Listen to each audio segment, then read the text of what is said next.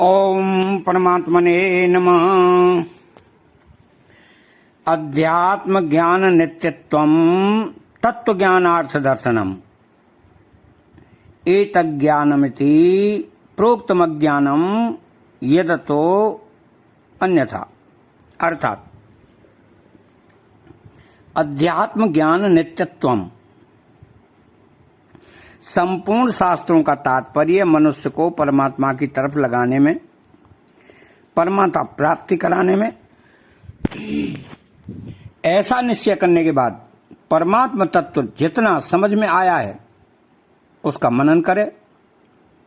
युक्ति प्रयुक्ति से देखा जाए तो परमात्मा तत्व भाव रूप से पहले भी था, अभी भी है और आगे भी रहेगा। परंतु संसार पहले भी नहीं था, आगे भी नहीं रहेगा तथा अभी भी प्रतिक्षण अभाव में जा रहा है। तो संसार की तो उत्पत्ति और विनाश होता है, पर उसका जो आधार प्रकाशक है वो परमात्मा तत्व नित्य निरंतर रहता है। उस परमात्मा तत्व के सिवाय संसार की स्वतंत्र सत्ता है ही नहीं। परमात्मा की सत्ता से ही संसार सत्ता वाला दिखता है। इस प्रकार संसार की स्वतंत्र सत्ता के अभाव का और परमात्मा की सत्ता का नित्य निरंतर मनन करते रहना अध्यात्म ज्ञान नित्यत्वम है। अब इसके लिए उपाय क्या है? आध्यात्मिक ग्रंथों का पठन पाठन, तत्वज्ञ महापुरुषों से तत्व ज्ञान विषयक श्रवण और प्रश्नोत्तर करना। तत्व ज्ञानार्थ दर्शनम, तत्व ज्ञान का अर्थ है परमात्मा। उस परमात्मा की सब जगह दर्शन करना, उसका ही सब जगह अनुभव करना तत्व ज्ञानार्थ दर्शनम है। वह परमात्मा सब देश काल वस्तु व्यक्ति घटना परिस्थिति आदि में ज्यों का त्यों परिपूर्ण है। एकांत में अथवा व्यवहार में सब समय साधक की दृष्टि, उसका लक्ष्य केवल उस परमात्मा पर ही रहे। एक परमात्मा के सिवाय उसको दूसरी कोई सत्ता दिखे ही नहीं। सब जगह सब समय संभाव से परिपूर्ण परमात्मा को ही देखने का उसका स्वभाव बन जाए, यही तत्व ज्ञानार्थ दर्शनम है। इसके सिद्ध होने पर साधक को परमात्मा तत्व का अनुभव हो जाता है। तो एतज्ज्ञानमिति प्रोक्तम ज्ञानम यदतो अन्यथा अपमानित्वम से लेकर तत्व ज्ञानार्थ दर्शनम तक ये जो बीच साधन कहे गए हैं, ये सभी साधन देहाभिमान मिटाने वाले होने से और परमात्मा तत्व की प्राप्ति में सहायक होने से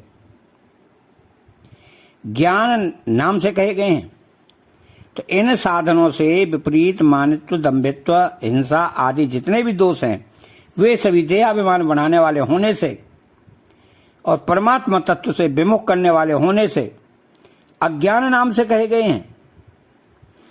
अब इसमें विशेष बात यह है कि यदि साधक में इतना तीव्र विवेक जागृत हो जाए कि वह शरीर से माने हुए संबंध का त्याग कर सके, तो उसमें यह साधन समुदाय स्वतः प्रकट हो जाता है। फिर उसको इन साधनों का अलग अलग अनुष्ठान करने की आवश्यकता नहीं पड़ती। विनाशी शरीर को अपने अविनाशी स्वरूप से अलग देखना मूल साधन है। अतः सभी साधकों को चाहिए कि वो शरीर को अपने से अलग अनुभव करें, जो वास्तव में अलग ही है। तो पूर्वोक्त किसी भी साधन का अनुष्ठान करने के लिए मुख्यतः दो बातों की आवश्यकता है। नंबर एक,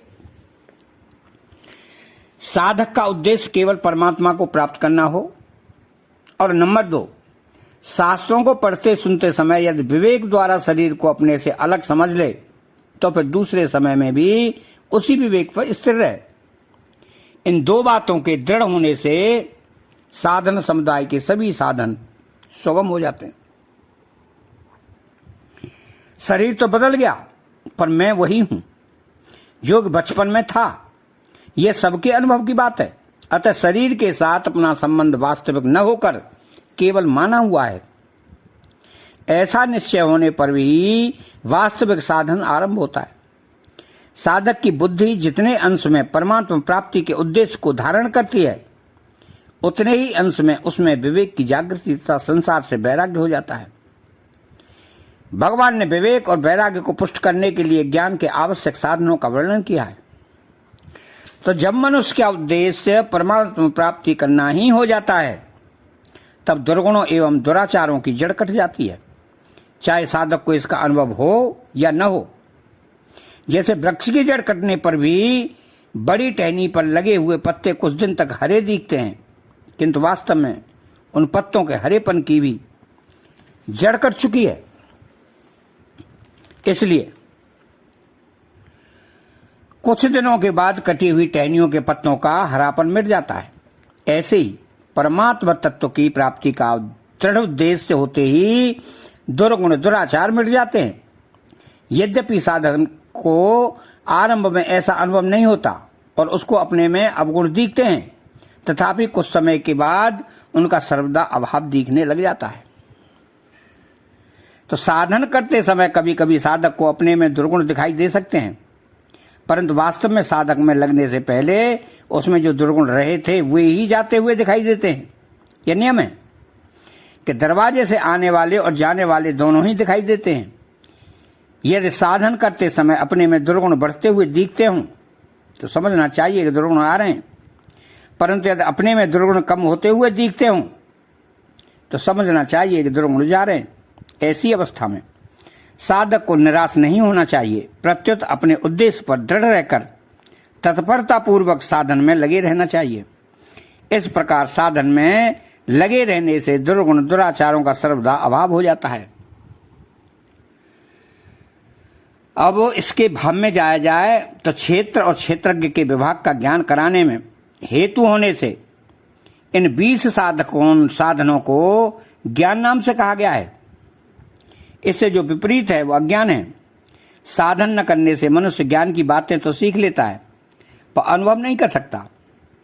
अतः साधन न करने से अज्ञान क्षेत्र क्षेत्रज्ञ को एक देखना रहता है, और अज्ञान के रहते हुए अगर कोई सीख कर क्षेत्र और क्षेत्रज्ञ के विभाग का विवेचन करता है तो वास्तव में देहाभिमान को ही पुष्ट करता है। परंतु जो ये साधन करता है उसमें क्षेत्र क्षेत्रज्ञ का विभाग करने की योग्यता आ जाती है। अतः चैनल को सब्सक्राइब करें, बेल आइकन घंटी को दबाएं और कमेंट बॉक्स में जय श्री कृष्णा लिखें। बोलो जय श्री कृष्णा।